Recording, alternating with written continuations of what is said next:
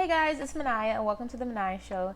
Today I'm going to share some tips on how I passed my real estate exam, hoping that some of these tips can help you out. You can try them, maybe not, but I feel like these really helped me pass the real estate exam and do very well on it.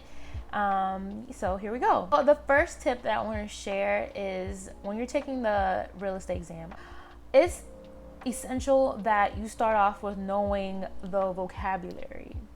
So what I mean by knowing the vocabulary is you have to know what these basic terms mean. I never owned a property prior to taking the real estate exam. I didn't really pay anything. I was 19, so I didn't know what a lot of stuff was. It was like appraisal, a mortgage, like a lien. I'm like, what are those things? I did not know what they were.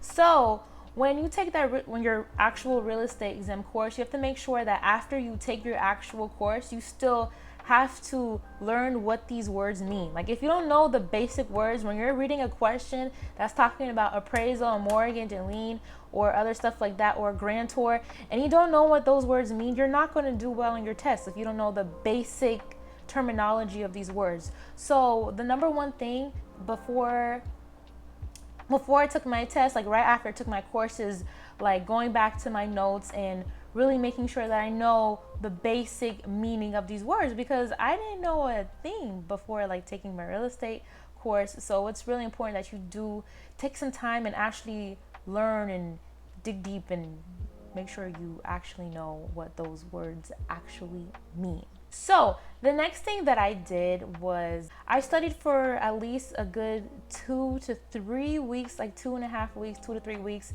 And I studied for 3 hours each day. And it's important that you take some time out of your day and set it to just doing real estate questions, because you don't need a very long time to take the real estate. You don't need a long time to study for it. I would say the 2 to 3 weeks of just deep studying and making sure that you actually know what it is actually helped me take the test. Because if you set that much time and just focus on that only, then you will do better on your exam. The next tip I want to give is to structure your studying. So the way I studied was I did a majority of practice questions. I also did flashcards, and I would do notes. So the first hour would just be me doing practice questions. The second hour would me do I write flashcards of the stuff that I didn't really understand, and I just keep those and constantly throughout this. Sometimes even when I'm not studying for that specific 3 hours or the specific allotted amount of time that I set for studying, throughout the day, when I'm not doing anything, I'll just go through my flashcards and go over what I think I should spend more time on. And then I also go back to the actual notes that I took during my real estate course. So whatever course you take, wherever you take it, make sure that you save your notes after you take your course, because you will be needing these to look back at them and to relearn some of the stuff after you actually took your course.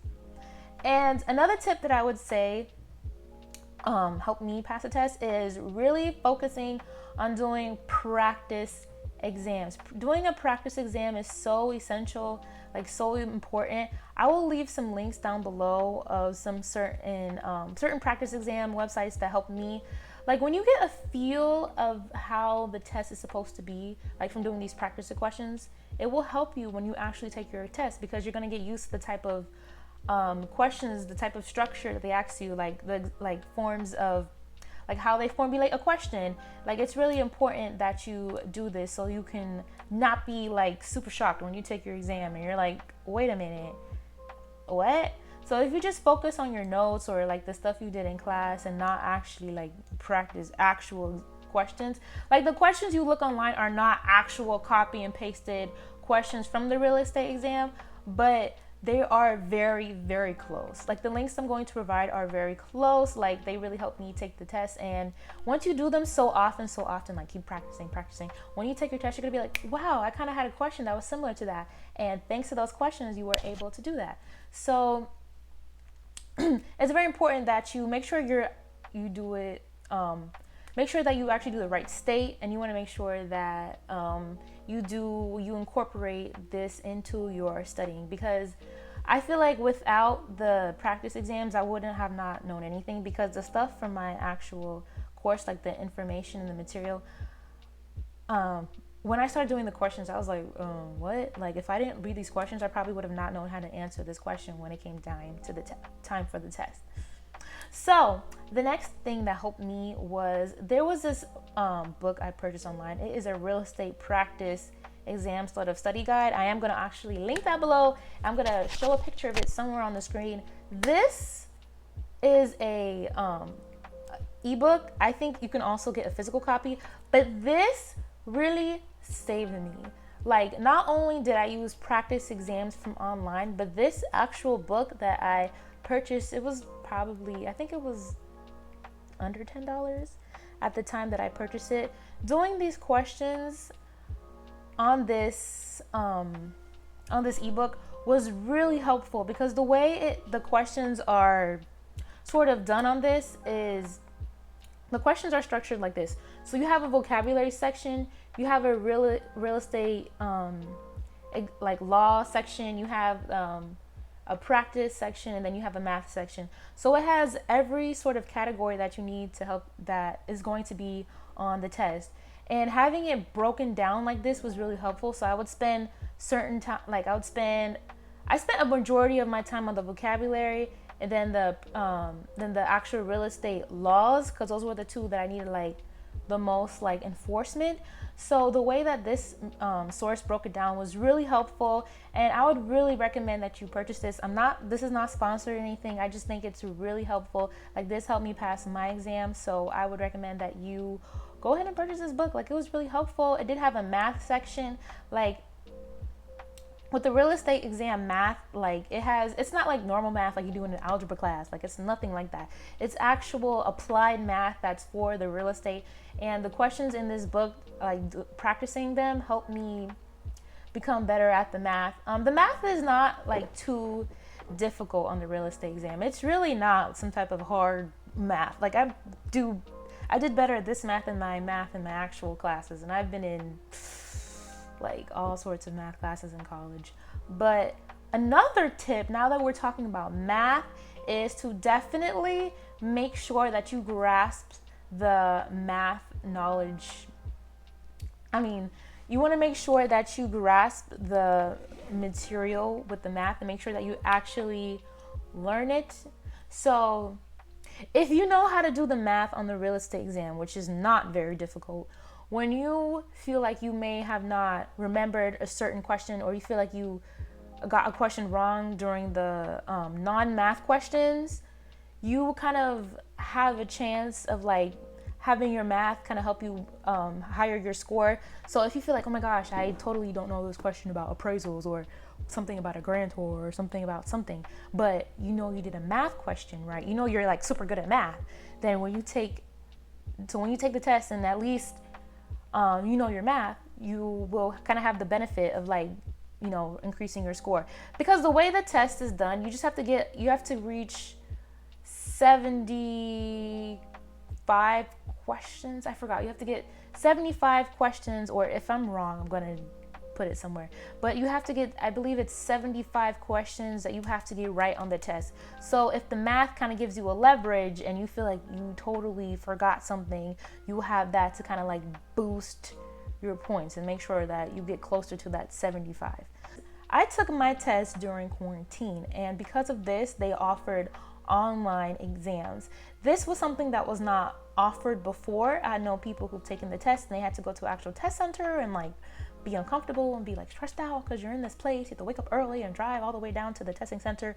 But I was able to take it at home, and you're kind of stress-free, you're in your own environment, you don't have any distractions. So if you are taking the test and they still have the at-home option available, I would definitely take advantage of that and try to take the test during the pandemic that we're in, because you'll kind of have less stressors and just like you're in your own comfortable room. Like, I literally woke up from my bed and then jumped on the computer to take my test in the morning. I believe that taking the test, like choosing the morning times to take your test, kind of gives you an easier exam. I've kind of like heard from other people who took the test. So if you take the test earlier in the day, not saying that this is completely true, this is just kind of a conspiracy.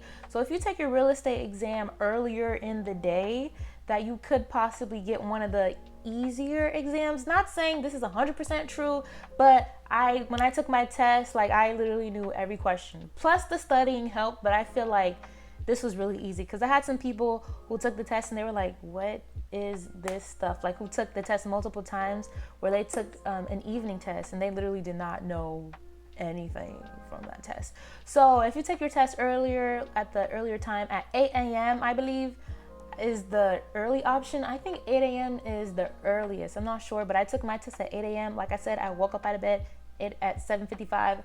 Boom, went to go take my test just like that.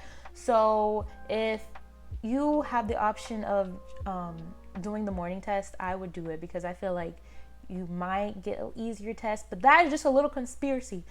Another thing that helped me is taking the test as soon as you can.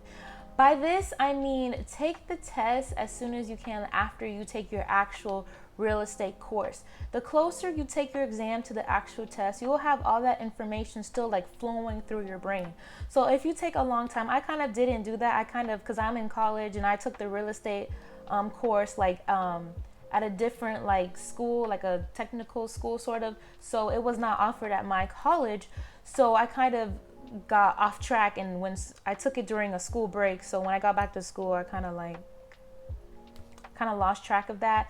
And I felt like if I didn't take that long time to take my test after, I didn't take that long, but I kind of felt like if I took it exactly right after I took my exam, because I knew after I took my course, I knew everything.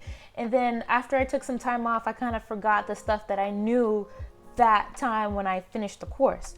So if you could take it no less than a month or two after you take your course, honestly, if you could take it the next 2 weeks or that week, as long as you set your time to study, that is so much better. So the sooner you take the test, the better you will be off. The things that you will have to remember in real estate when it comes to the math section is these particular numbers. So you have to know that 640 acres equals one section, and that equals 1 square mile. The 640 acres is so important because when you do the math and it's asking you to calculate the amount of space or whatever in the price point, you have to know what the 640 acres, and you have to know that equals one section. And another important number is that 43,560 square feet equal 1 acre. That's also something really important that you have to remember because this will be on your math questions, and I think it's also going to be on the non-math questions as well. But knowing these measurements will help you because they are important and they are definitely needed. So the math on the real estate exam is just primarily doing prorations, prorating interest on loans, knowing the property tax formulas, the gross rent multipliers. But it's not really difficult. If you make sure that you study these and you use information that you took from your course, like the notes from that, and you just study and keep doing practice questions for those, you will be okay. It's not really difficult math. I hate math with a passion. So another thing that helped me pass my real estate exam is using flashcards. Flashcards. This is just one chunk of my flashcards, but I probably made over like 300 flashcards, but this is just a little bit of them. Like for example, let me give you a flashcard that was helpful to me. Some of my flashcards are actually just stuff that I just written down here that I used from actual practice exams or the ebook that I purchased. So sometimes I just copied it and put it on my flashcard, and some of the questions and stuff that I just wrote down from the course that I took or stuff that I felt like I needed to keep reinforcing. Like here's a good one. Okay, so a title which is free, I'm gonna read it to you. A title which is free of liens or legal questions as to ownership of the property is called a clear title. So basically just write it however you want to. I've had more like part of the deed where a grantor says they can own the property and can legally transfer it. This is a Sazin. So basically this is the stuff that I didn't really, that was kind of difficult to me in the beginning. So anything that was harder to you, you just like write it down. Something that I was like always stuck on is the certain terminology of the real estate. So in sales brokerage, the buyer is also called a vendee, And basically that means when you have that E behind the words, that means you are receiving or giving. So the basic terminology, it's so important that you know the basic terminology, because this is where I was getting messed up in the beginning. So also in a leasing brokerage, the landlord is also known as a lessor. And also when you have the O and a R at the end of the word, that means that person is giving or doing. So basically, anything that you feel like you need some extra help on, just turn it into flashcards and just use it throughout the day. If you can only do it like when you're in the bathroom, go ahead and do that. It's so important to just consistently just keep these things flowing through your mind. So make flashcards, get them for at the dollar store, a pack of flashcards, and just right away. So thank you so much for watching. Everything that I explained here kind of helped me pass my real estate exam. So I'm hoping that these work for you guys. If you're watching this video and you're like, oh my gosh, I don't know how to pass my real estate exam. But if you need any help or you have any questions or concerns about your exam and you want some extra help, don't be afraid to comment down below. You can hit my Instagram or anything else that I have posted, any other social media I have. So have a great day.